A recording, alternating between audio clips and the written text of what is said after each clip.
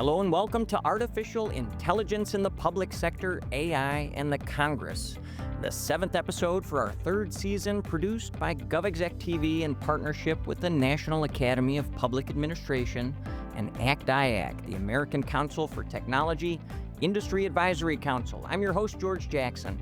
Today, let's turn our attention to the branch of government at the other end of Pennsylvania Avenue. Don Beyer started serving in 2015 as the representative from Virginia's 8th Congressional District. That's in the heart of Northern Virginia, includes Alexandria, Falls Church, Arlington, an area with a great view of the intersection between AI and the public sector.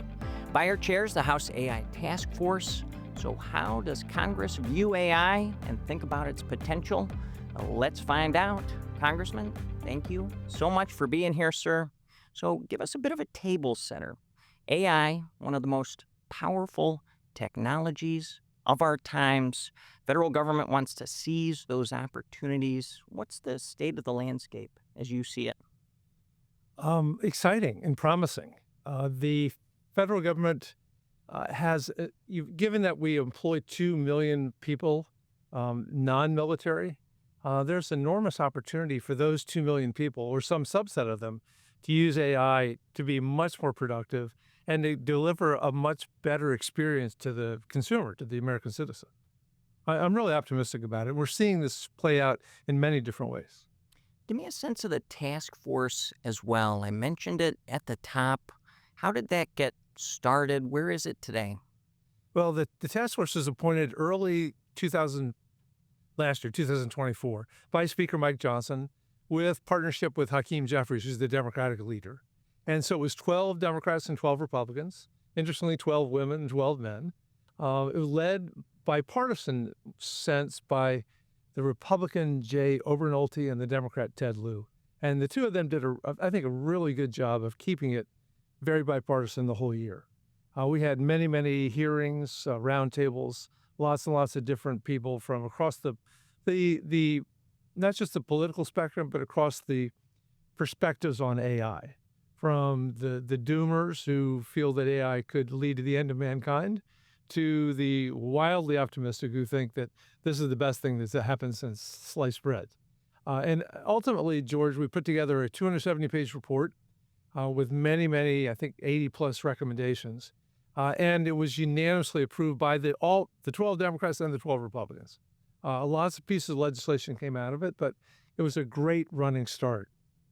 It'd be interesting that there was a sense of guilt and inadequacy, too, on the part of Congress, that in all the years we've had social media, 25-ish now, we've done virtually nothing to regulate social media. The only important social media bill passed gave them immunity from lawsuits. So we felt there have been a lot of downsides of social media, too, that we've never addressed. So we wanted to, as best we could, get ahead of it. It's naive to think that Congress is ever going to be ahead of the American people, but we at least wanted to make a good faith effort to get something laid out, a plan made. A lot of the social media efforts in there are focused on the risks of artificial intelligence, limiting those for government, for the American people. Do you feel like there's enough in there, and maybe you could work in an executive summary of that 250-page report based on the promise of AI? We hear both sides, double-edged sword, AI, great promise, but things like deepfakes, for example, contained in the report, focus on the other side. Do you feel like it hit both? Yes, I did. It's interesting, too, because we don't generally need to worry a lot about the upside. People are embracing that with great enthusiasm. We see it in the medical breakthroughs almost every day. And the private sector's done a very good job of that. In fact, we think with AI, this is one of those rare cases where the private sector is leading the government sector. You think about most science and technology over the last couple hundred years, government has led. It's been the huge investments that we've made in research through the universities, through the think tanks and the like. Now we're finding that the private sector is actually racing ahead of the universities and the government sector. The one key area that we reflected in the task force report was trying to democratize AI. And to that end, among the most important recommendations we had was called the Create AI Act, wildly bipartisan, came out of the Science Committee unanimously last year. And that's to literally stand up the equivalent of large language models, things like OpenAI and Anthropic, but with curated data sets, smaller, not intended to do everything, but made available to all the small businesses, the people at home that want to do it in their garage, to really make AI, the tools of AI, not just ChatGPT, but the building tools of AI available to every American. I was reading, and correct me if this is wrong, but at the time the report was issued, task force members declined to endorse or propose any specific legislation, leaving policy decisions and priorities for future sessions. In this case, the 119th Congress. Is that accurate? And if we've moved into 119th, what do you think the chances for the future of legislation based on all of that great work is? It's sort of half right. We very much endorsed all these pieces of legislation, specifically 14 pieces of legislation that all 24 members of the task force co-sponsored. Yeah. I think 6 or 7 of them came out of the Science Committee unanimously. They never got a vote on the House floor for strange but real reasons. And so the hope was that we'd built a base, a foundation that future Congresses could build upon. I very much hope not much has gotten done in the first 4 months of this Congress. We've been worried about continuing resolutions, keeping the government open, and Congressional Review Act, reversing regulations that Biden passed in the last 6 months of his term. So we've done almost nothing beyond that. Getting ready for the big, beautiful bill that Donald Trump talks about. But I'm hoping that as things settle down, that we'll be able to address all those legislative priorities we had. In the meantime, we don't know what's happening with Task Force Part 2. The thing that Mike Johnson appointed was for the last Congress. I know Democrats and Republicans have been encouraging him to do this again, but he hasn't done it yet, and we will see. My knowledge of the difference, as we were talking about before we went on the air, of caucus versus task force, subcommittees and the committee structure, the rules that go into that, admittedly, are nowhere close to yours, sir. Like, what is a task force and how does it roll up into that structure where a subcommittee or a committee takes that work and then turns it into legislation to put out in front of the full House? Yeah, the process is, it's pretty standard, I think, across legislatures. So we come out with, let's just say 70 legislative recommendations. And then each one of those, one by one, is turned into a specific piece of legislation. For example, there's the Defiance Act. You mentioned deepfakes.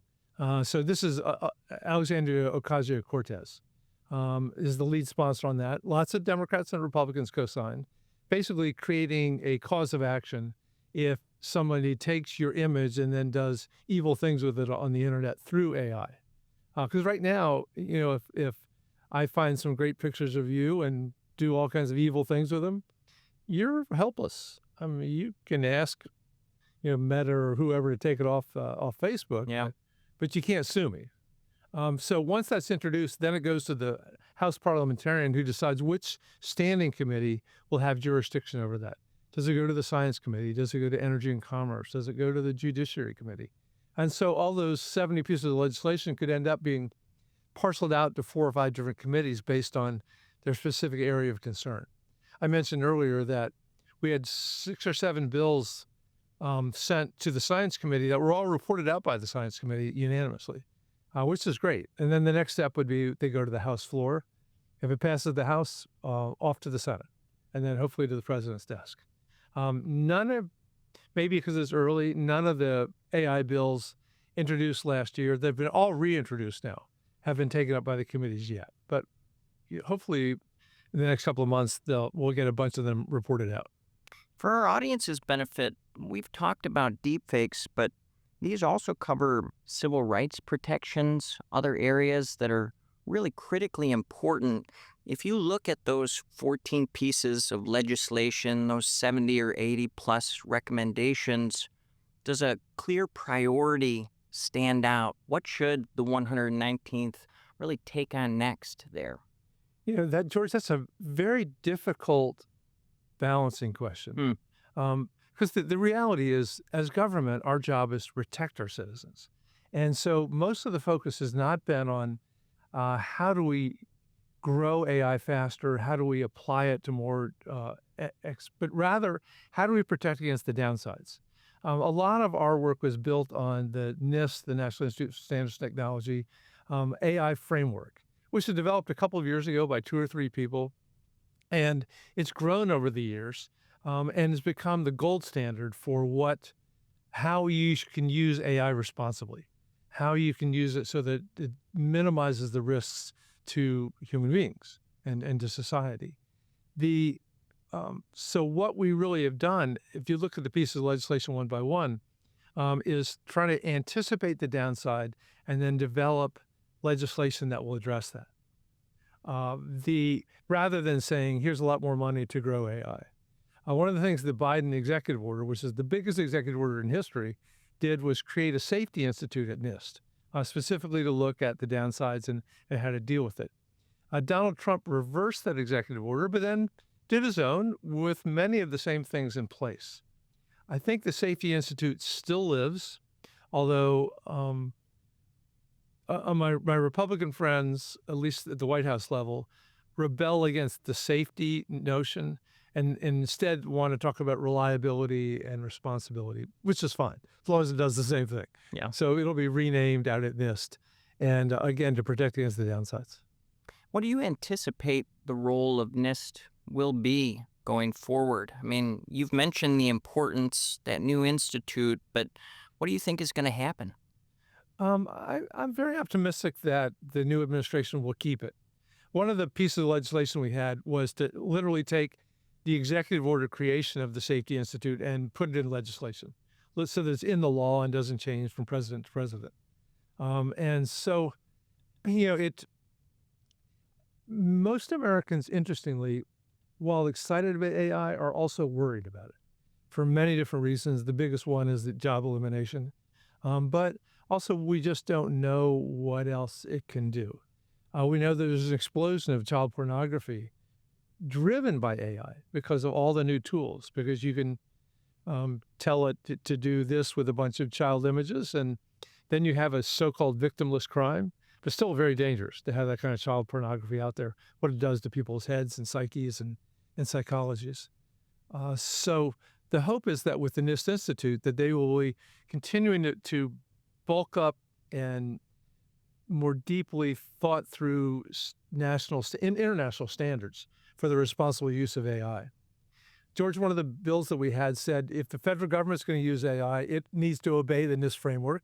And if it contracts out with the private sector, with Northrop Grumman or BAE or whatever else, those also need to use the NIST structure for the AI that's relevant to the government work.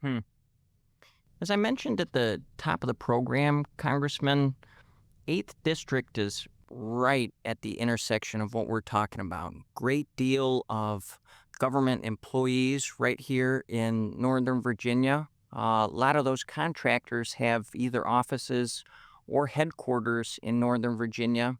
In addition, you have some really forward-leaning schools in Northern Virginia that have a huge technological or, in many cases, artificial intelligence specific focus. So I want to shift our conversation a little bit to workforce and education, 2 critically important issues. We've covered it throughout all 3 seasons of this series. What do you want to see relative to workforce and education, either in the 119th or out of the White House, sir? Boy, all the above, George.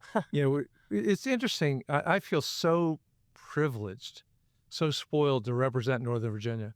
On the one hand, I have more federal employees than any congressional district in the country. And with Jerry Connolly and the Dix District over, we're pushing 200,000 federal employees. something like 20% are in the DMV area. But then also, I have the most educated congressional district in the country. Amazon HQ2 came to Northern Virginia, to Arlington, not because we offered them a lot of money, which we didn't. But what we did offer them was the greatest concentration of math, computer science, hard physical science majors and graduates than any comparable area in the country, more than Silicon Valley or Cambridge, Massachusetts, or the Research Triangle. It's just very high IQ and very educated. I'm an undergraduate computer science student at George Mason, for example. The classes are packed. When I took Python 2 years ago, there were 840 students took that one course. CS, I forget what it was, 112, I think. They had to break it into 7 different sections. And now Virginia Tech, we just got the ribbon on its brand new campus right there on the river by the airport. It's a great place. But that also means that that we're going to be on the cutting edge of the use of artificial intelligence in federal government. And so that gets back to the question about what does it do to workforce? Well, if you go with Mark Andreessen's technology manifesto, which is the most optimistic thing you can find, he will point out that every breakthrough in technology in the history of humankind has led to more jobs rather than fewer. But it's not always the same people. I think Northern Virginia is going to be fine because the education level, the IQ level is so high. But it could be dramatic for a lot of other places. As a follow-up, and I want to maybe preface this, Congressman, with a couple of caveats. First, I'm not asking a political question here, more on the policy and practice, the business of government. I'm also not casting aspersions on anyone or their level of honesty, but for years, I've been navigating these artificial intelligence-oriented discussions, and a common refrain I've heard from both government and industry is that artificial intelligence is not going to replace jobs. It's simply going to act as a value add, let people do higher level work as a result rather than replace jobs entirely. We've seen a pretty rapid change in the beginning of 2025, reductions in force at a lot of federal agencies. The Department of Government Efficiency has been incredibly active in the first few months of the year. Do you watch some of those changes that the Trump administration is ushering in and think maybe the fact that artificial intelligence is coming in such a big way, it could replace jobs? It could, George. Although I think the job loss in these first couple of months of the Trump administration, Elon Musk and Doge, has not been about modernization. It would be encouraging if it were about modernization. Instead, it's about DEI. And they are just eliminating office after office after office that deals with civil rights, that deals with changing the character of the workforce, that anything that mentions women or people of color is gone. That's not modernization. That's not the use of AI. That's trying to get back to, getting rid of so-called white prejudice.